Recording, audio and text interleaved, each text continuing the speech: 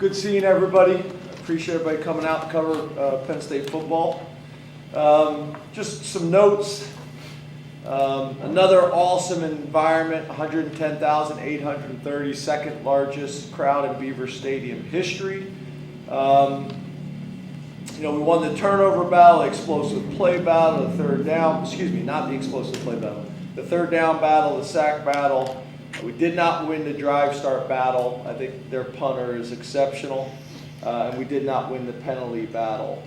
Didn't have a lot, but still did not win that battle. Had the same number of penalties, but we had more yards.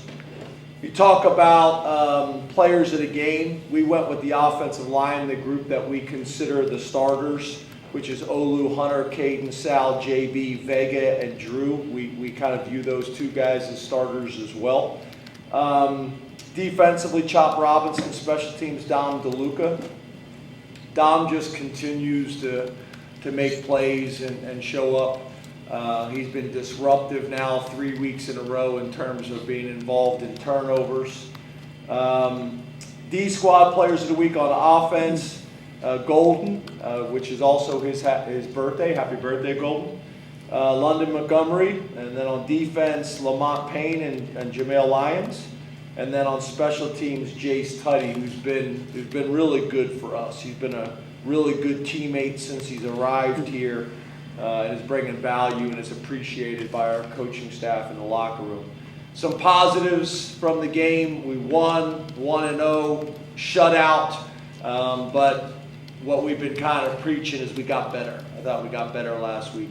I thought the three biggest plays of the game was the fumble caused by a combination of Deni and Jalen. Jalen on the hit, Deni punched it out, recovered by Curtis. If you really look at that game started out the way Iowa wanted it to go. They had the ball. They were able to get at least a first down. They were able to punt us deep, play field position, pin us deep. Then we didn't do a good job in that coming out drive. Then we punt the ball back deep to them. So that turnover was huge in the game, huge, because that game started really the way Iowa wanted it to go. That's their style of game. But that was a huge play. I thought the 4th and 1 from the minus 48-yard line in the beginning of the game was the second biggest play of the game. And then the punt, the rugby-style punt that hit their guy in the head, and we got a turnover there. I thought they were the three biggest plays in the game that really got it going. Kind of an amazing stat. Audrey, please double check this. But pretty amazing stat. After the shovel pass for the fumble that we just talked about, Penn State ran 80 of the next 96 plays in the game. There was 96 more plays in that game after the fumble, and 80 of them we ran, which is amazing. Of those 16 plays that they ran, went for negative 5 yards. I thought our preparation was excellent, and it translated to the game. We got to continue to build on that, our process individually and collectively of preparing each week. I think our D squads have been excellent. Those guys have been excellent in giving us the looks for our opponents, and I know the team really showed an appreciation for them on Sunday. We are leading the nation in time of possession, in turnover margin, in total defense, and in pass defense, so pretty cool. We're not a big stat team, but I do think the stats sometimes tell a story and kind of reinforce some things that you're doing right, and allow you to, also kind of look into some things that you need to do better. Opportunities for growth, opening drive on both offense and defense. And then just continuing to refine our collective and individual preparation. Kind of getting into Northwestern and David Braun. David is serving not only as the head coach, but also the defensive coordinator, doing a nice job. He's got a really good reputation and a really good resume, and doing a nice job. When you talk about Mike Bajakian, who's a guy that we've known of for a long time, Actually, Coach Leonard and him worked together at Boston College, but he's been a coordinator for a long time. Coached the NFL, is very well thought of, and is doing a nice job there. They're a no-huddle offense that really, they can run tempo, but they're more kind of an illusion of tempo, so they can see how you line up and then get to the plays they want to run. They base mainly out of 11 personnel. They want to throw the ball. I think that's where they feel like they have the best chance to be successful, and I do think Ben Bryan, their quarterback, is probably the best pure thrower that we've seen this year. I think he's a 4-time transfer, which is strange. Cincinnati, Eastern Michigan, then back to Cincinnati, and now Northwestern. Also impressed with A.J. Henning. And then obviously their wide receiver number 17, Bryce Kurtz. That game last week was really interesting to watch the coaches tape as well as the TV copies, which I like to watch as well. I think it was 31-10 in the fourth quarter, and you think about how Minnesota likes to play. You would never say that they would win that game based on Minnesota's style of play. But they found a way. They found a way, which was impressive to watch. Like I mentioned, David Braun is also the defensive coordinator. They're generally a 4-down, mixed coverage, quarters-based team, doing a nice job. Linebacker number 34, Alexander Mueller, linebacker number 32, Bryce Gallagher, and then their Sam/safety, however you want to look at it, number 24, Rod Hurd. They're guys that kind of jump out to us. And then on special teams, Jeff Jenick, who I've known for a long time. Jeff is a respected long-term special teams coordinator, as well as was the head coach at Eastern Michigan. I'm not sure if I've told you this story or not. If I have, I apologize. But I want to say maybe I was at James Madison at the time. This was for the Daily Collegian group that's here. You won't remember these days, but this was pre-cell phone. And I remember it was out recruiting I think in the spring. And that was a nightmare, like when you didn't have a cell phone. You didn't know it was a nightmare at the time. Now looking back at it, it was a nightmare. Didn't have a cell phone. So you'd pull over side of the road, your big recruiting book, and you'd kind of swipe through it, and you get the pay phone, drop the quarters in there, you're trying to call the high school coach. You have to do that for every school, let them know you're coming. Well, Jeff had a cell phone, and we were kind of in the same recruiting areas, and that was like gold. So I remember I just kind of followed him for the day. I just kind of went to the same schools he did. He called the coaches, let them all know that we were coming. So I'm still appreciative of this to this day of Jeff. But Jeff's a very well thought of special teams coordinator. He's done a nice job. Was the previous head coach at Eastern Michigan. And then they got A.J. Henning, who's a transfer from Michigan, who's done a nice job in the return game for them as well. So open up to questions. All right, we'll go to Donnie Collins and then Rich Garcella. You're on deck. How you doing today, James? Hey, Donnie. I was wondering if you could assess the play of your wideouts the first 4 games. Are there areas where they've exceeded your expectations coming out of camp, and where do you see as the biggest areas of improvement there? Yeah, I've been pleased with the group. I think we need to be more consistent as a total group. Some guys maybe more than others. I think Keandre has shown what he can do. Getting Trey back last week, although I wouldn't even say he was necessarily 100%, but he was cleared and good to go. That was big for us as well. And then we got a group of guys like we've talked about that have shown flashes at times and are doing some good things, but we need that to continue to grow. And there's, like we've talked about, I think it's still probably the same. We've got about 5 guys that we think can play and have shown some good things in games and in practice, but we just need to be more consistent. So overall good, but we got to keep growing and getting better in that area. Let's go to Rich Garcella and then Mike Gross. You're on deck. Good afternoon, James. How are you? Good. How are you? I'm good. I'm ready. Rich, are you a coffee guy? I'm a big coffee guy. Black or like ice cream sundae? Black. I'm an ice A cream. little bit of green. Yeah, I'm an ice cream sundae guy, but I've been doing this fasting, I drink it black. And just like you shake your head about the ice cream sundae, I shake my head about the black. I hate the black. It's like punishment. That's what I got right now. It's like Love black punishment. coffee. If it's good coffee. You always loved it, or you've grown to love it?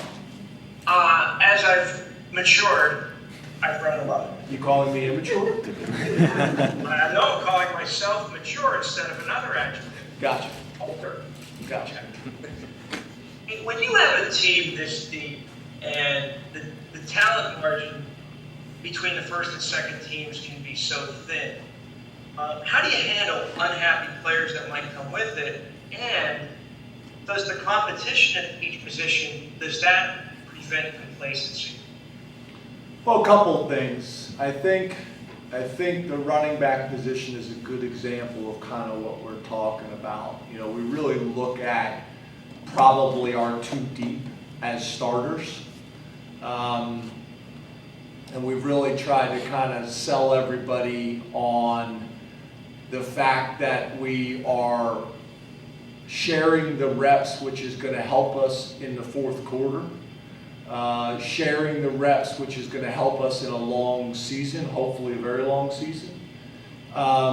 You look at us, I think defensively, I think to this point of the year, I think we have 86 less reps than we had last year at this same point of the season on the defensive side of the ball. And then obviously we've had some games where we've been able to get guys out. So I think guys have just embraced and understood. Oh, and then also, you know, probably 6 less plays a game on each side of the ball. So I think guys have just kind of really embraced of, you know, the idea of what do we got to do to win, number one. And then number two, what do we got to do to keep developing our roster, continue to stay deep, and understand that ultimately it's about what you do with the reps you get. And we've been pretty good there, to be honest with you, in terms of culture and in terms of buy-in to that. I mean, obviously everybody would like a few more catches, everybody would like a few more carries. But I think ultimately, I think people are pleased and happy with how they're being used and how they're being coached and how they're being developed. And then Sunday helps, because I think you guys know, even guys that play in the game, you know, we do a developmental scrimmage on Sundays, and that's been helpful. And I think our 3s and 4s, even guys that play, the younger players, I think, are really much more bought into that this year than in the past. I think we've made them more competitive. I think they've been a little bit more fun. It's pretty cool. The veterans all stay out there and they're cheering them on, and it's been really good energy. So I think that helps too. It's not perfect, but for the most part, I think it's been good. Let's go to Mike Gross. Was there another question that I answered? Yeah, the second part of my question was, does the competition prevent complacency? Yeah, I think competition always helps. It helps solve a lot of issues, I think. I think the other thing is, I think when the backup goes in and the starter respects the backup, I think that helps. Same where if you're the backup and you respect the starter, I think those things help. The locker room usually knows. But yeah, I think that competition in practice, good on good. One of the really cool things that I thought happened on Saturday is after Keandre scored his touchdown on the fade ball, which I thought was a really big time play. The first guy to meet him coming off the sideline was Kalen King. And Kalen and Keandre's battles at practice are like legendary.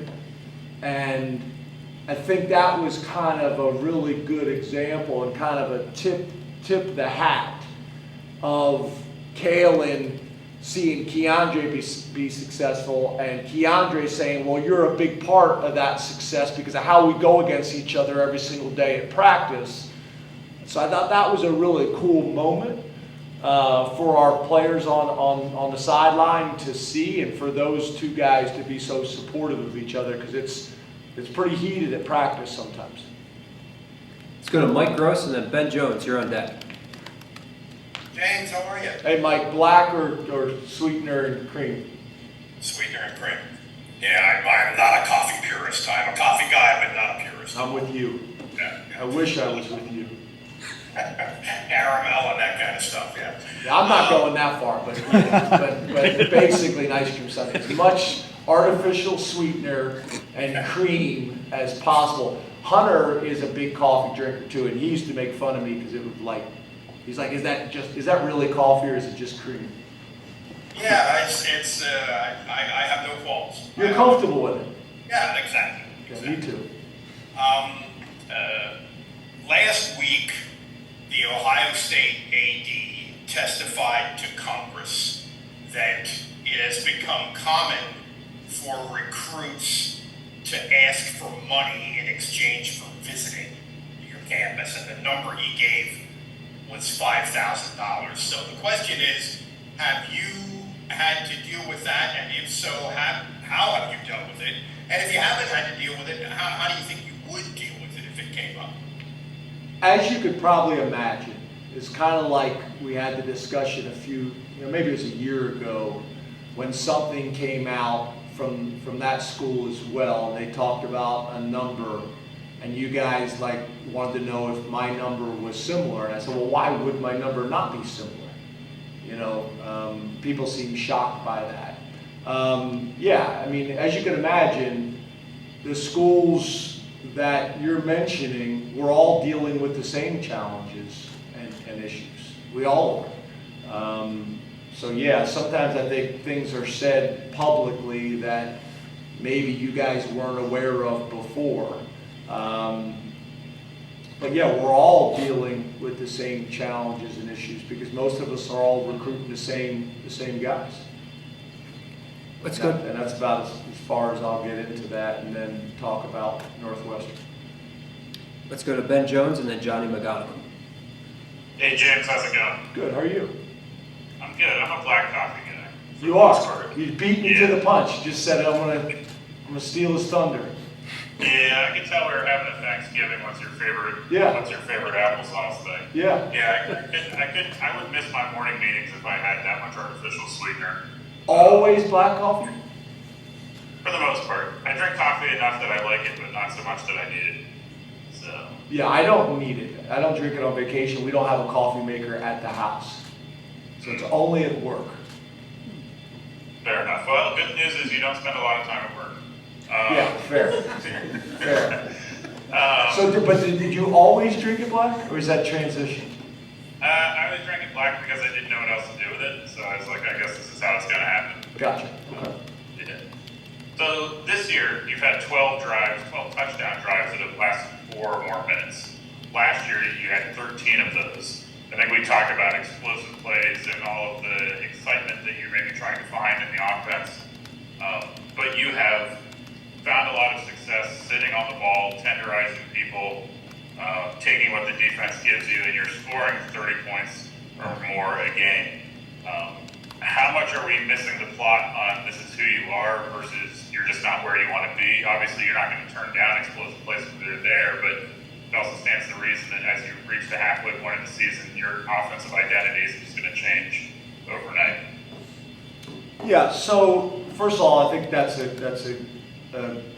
good question. I also think it's good information. It's interesting. One of the things that's really cool is, in our team meetings, Mike gets up and talks, and Manny gets up and talks, and Stacy gets up and talks, because when we're talking about football, we're teaching situational football, or talking about how we played, one of the things that's been, I think, been important is Mike talking about how the defense helps our offense, and Manny talks about how the offense helps our defense. So that's been brought up about, like Manny talked about, they were on the field, and then the next time they got on the field, the score change and the clock change, and how that's been really helpful and impactful. And that goes back to the 86 less reps we've had on the defensive side of the ball at the same point of the schedule last year.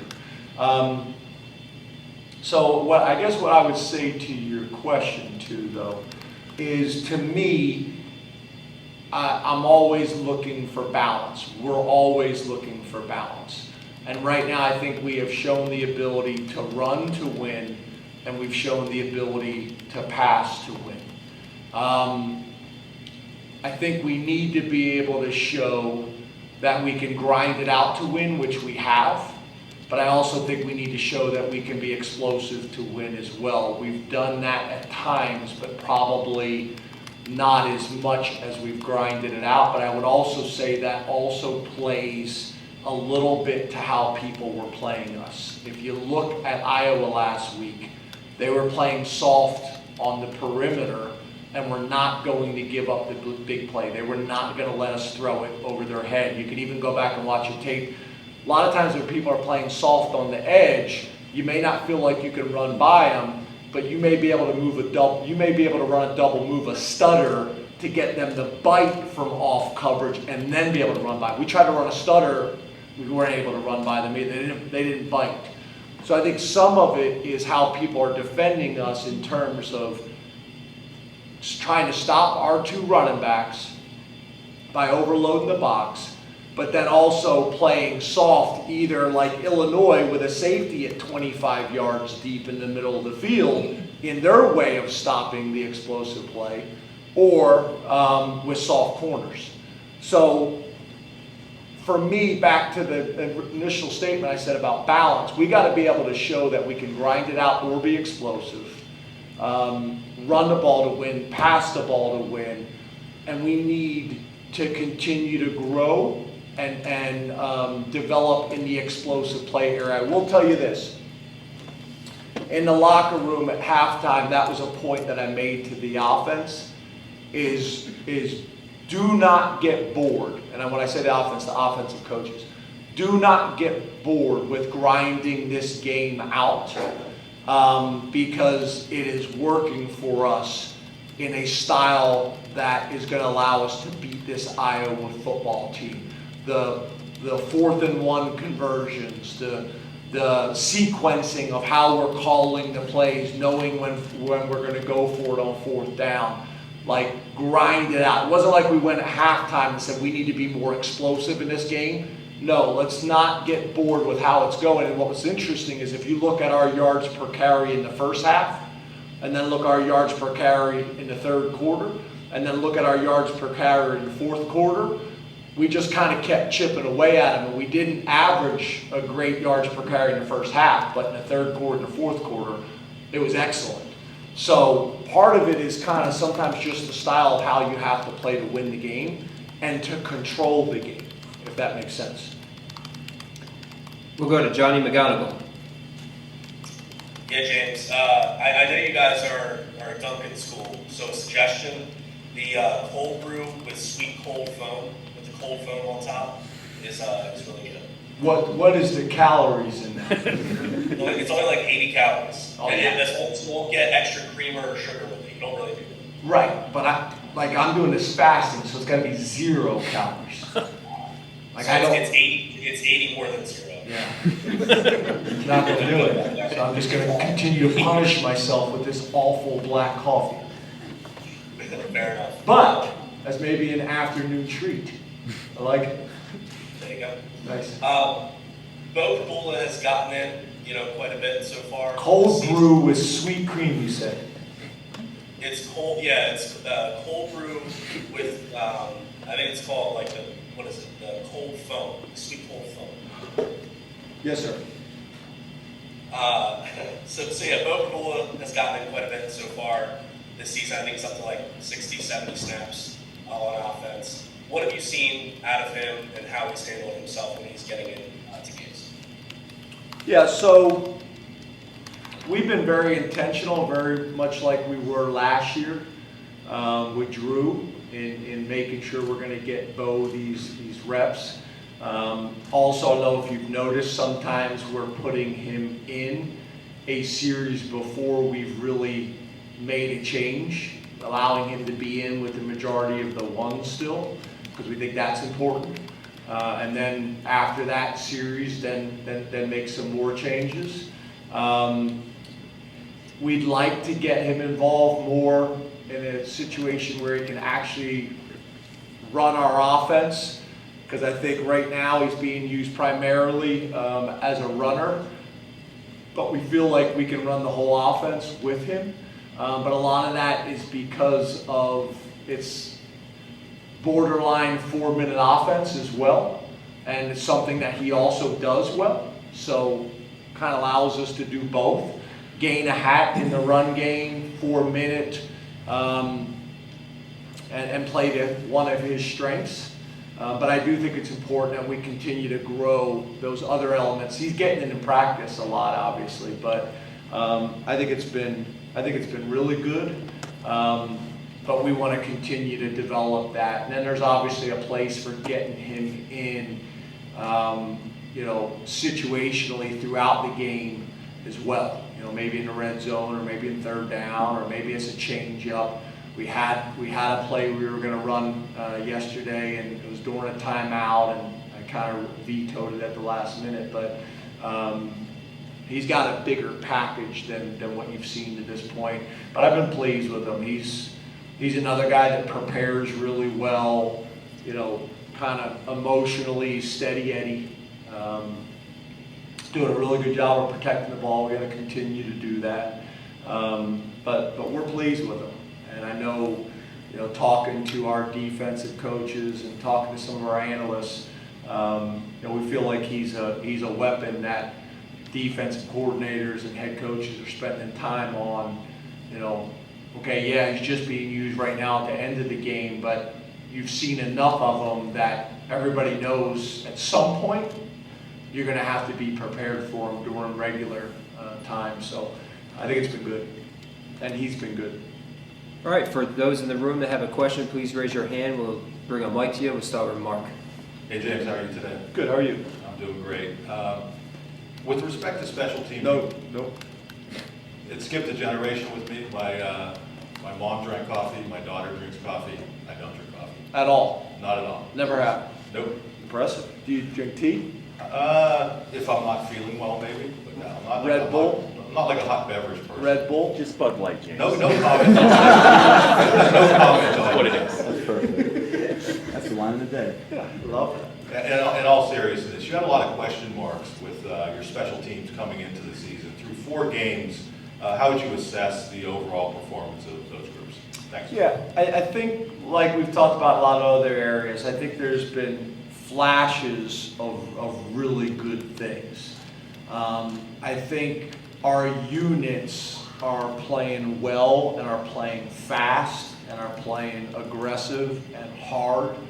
I think we just need to be a little bit more consistent at the specialist positions in terms of our field goal percentage. I also would say we have gone for it on 4th down as a philosophy coming into the season that could have skewed those numbers with some chip shot field goals that would have helped. Punting, I think you really have to talk about drive start with that, because although we're not, again, crushing the ball, it's difficult for people to get returns on us. I think our kickoffs that's been something I think has been pretty consistent in terms of our philosophy of kicking it out and covering down. So I think good, but we need to take the next step from a consistency standpoint. In the back, Andrew. Hey Coach, I'm like you, cream, sugar, all the nonsense. Say it again. I'm like you, cream and sugar, all the nonsense, all of this, dealing with drinking. Cold brew also better. My question's about turnovers. Nice. I know you track shoulda, coulda been turnovers as much as you do real turnovers. When you look back through your numbers, And not just track them, we show it in the team meeting as well. when you look back through it, 0 turnovers through 4 games, is it as impressive when you look at the shoulda, coulda as it is to us when we see the actuals?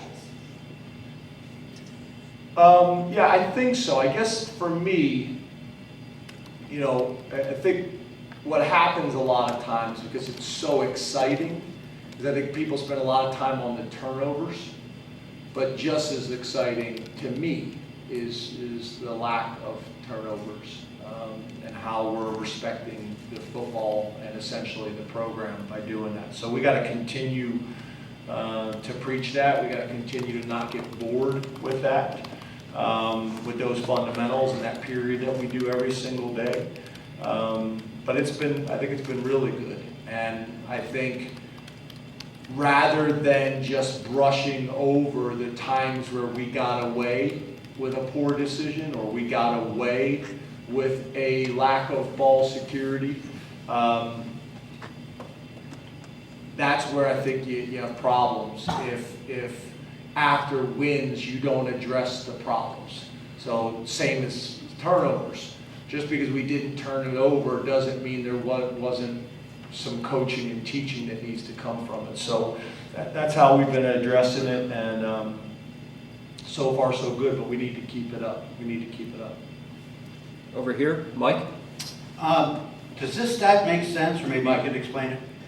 There's a theme going on. Peppermint tea. Peppermint tea. So I need more. I don't understand. Like, It's medicinal. I think I'm the oldest one here. is there sweetener with it or just a peppermint tea? Just tea. Is that a little bit, because I struggle with, is that a little bit like the seltzer? You know, what I mean by that is like you got the seltzer that's like it's berry seltzer or whatever seltzer, and it's got a really strong smell, so you get excited that it's going to taste like that, but then it doesn't. So is the peppermint more like the smell, or does it have a strong peppermint taste? Well, it's peppermint, so it tastes like peppermint. Right, but you know, like I associate peppermint with the sugar that usually comes with No, peppermint. it still smells like peppermint, but it's good for the system. Yeah, I know it smells like peppermint. What I'm saying is I associate the sweetener with peppermint. There's no sweetener. No, it's not. Okay, sorry. No, but I'm a stat guy, and you are, especially when they're good stats. Drew's 4.5 per attempt,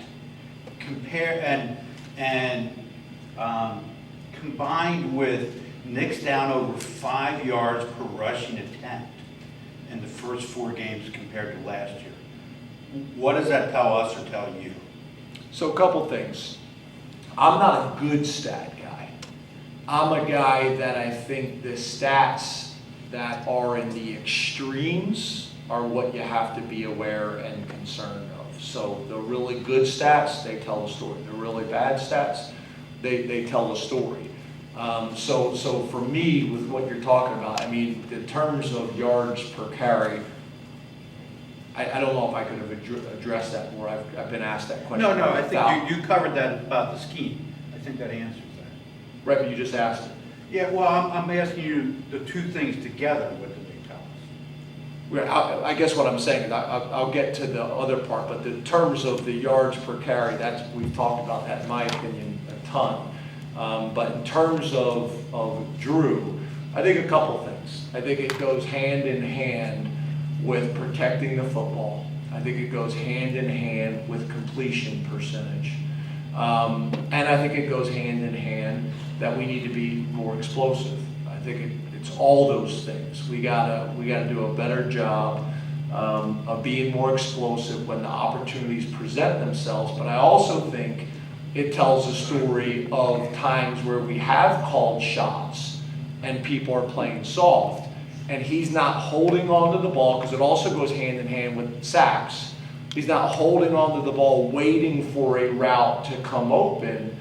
He's working through his progression. He's taking a check down, so that reduces sacks, that keeps us on schedule, that increases completion percentage, and those things equate to wins.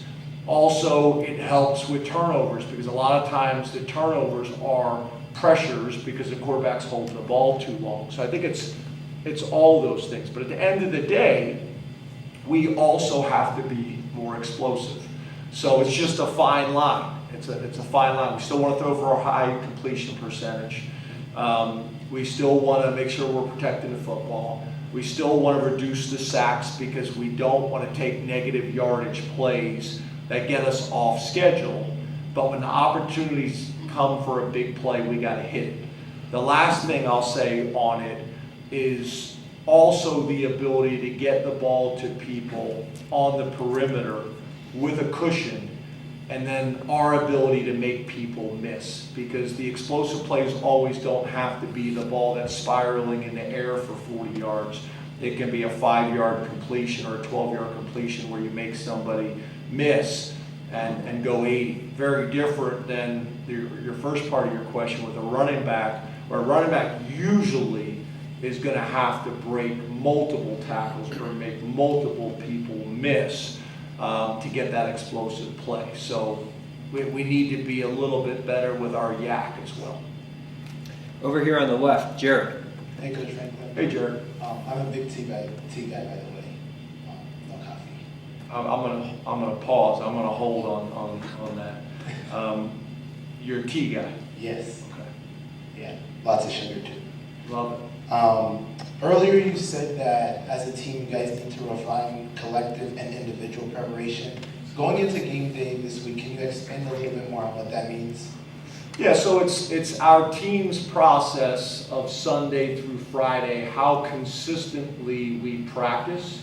I think it's also how we approach, the players approach their Monday film sessions on their own.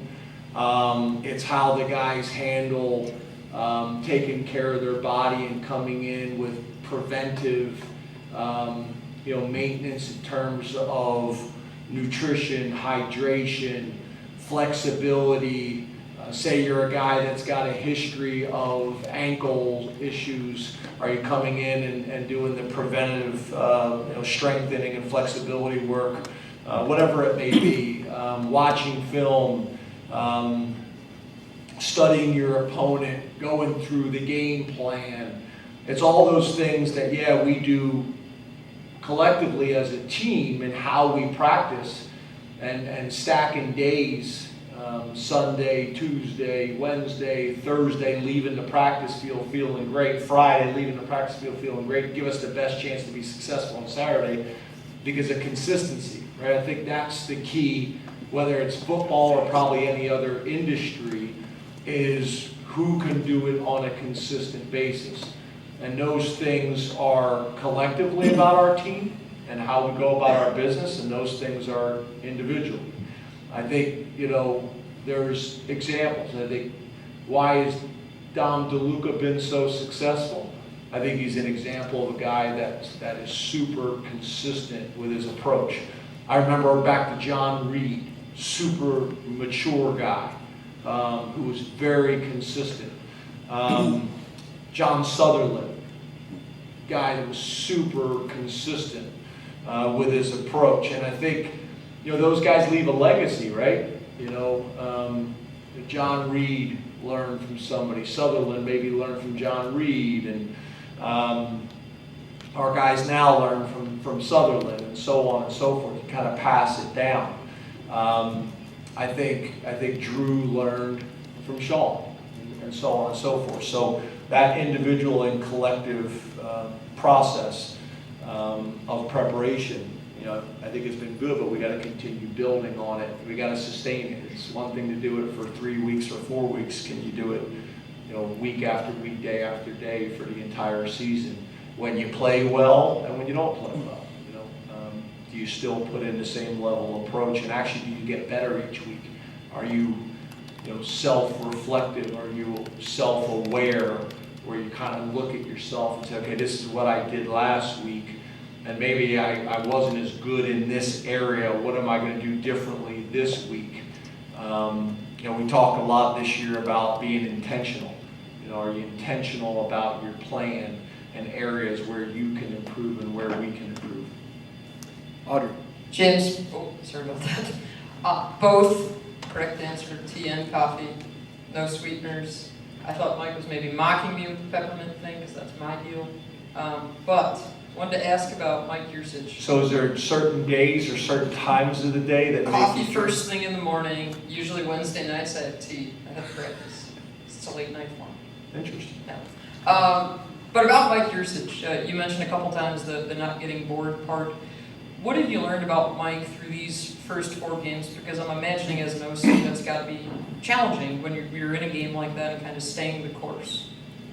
Well, first of all, I think Mike has done a great job. I think he's really built a culture in the offensive staff room where he's getting really good thoughts and feedback from the entire staff. There's good discussions.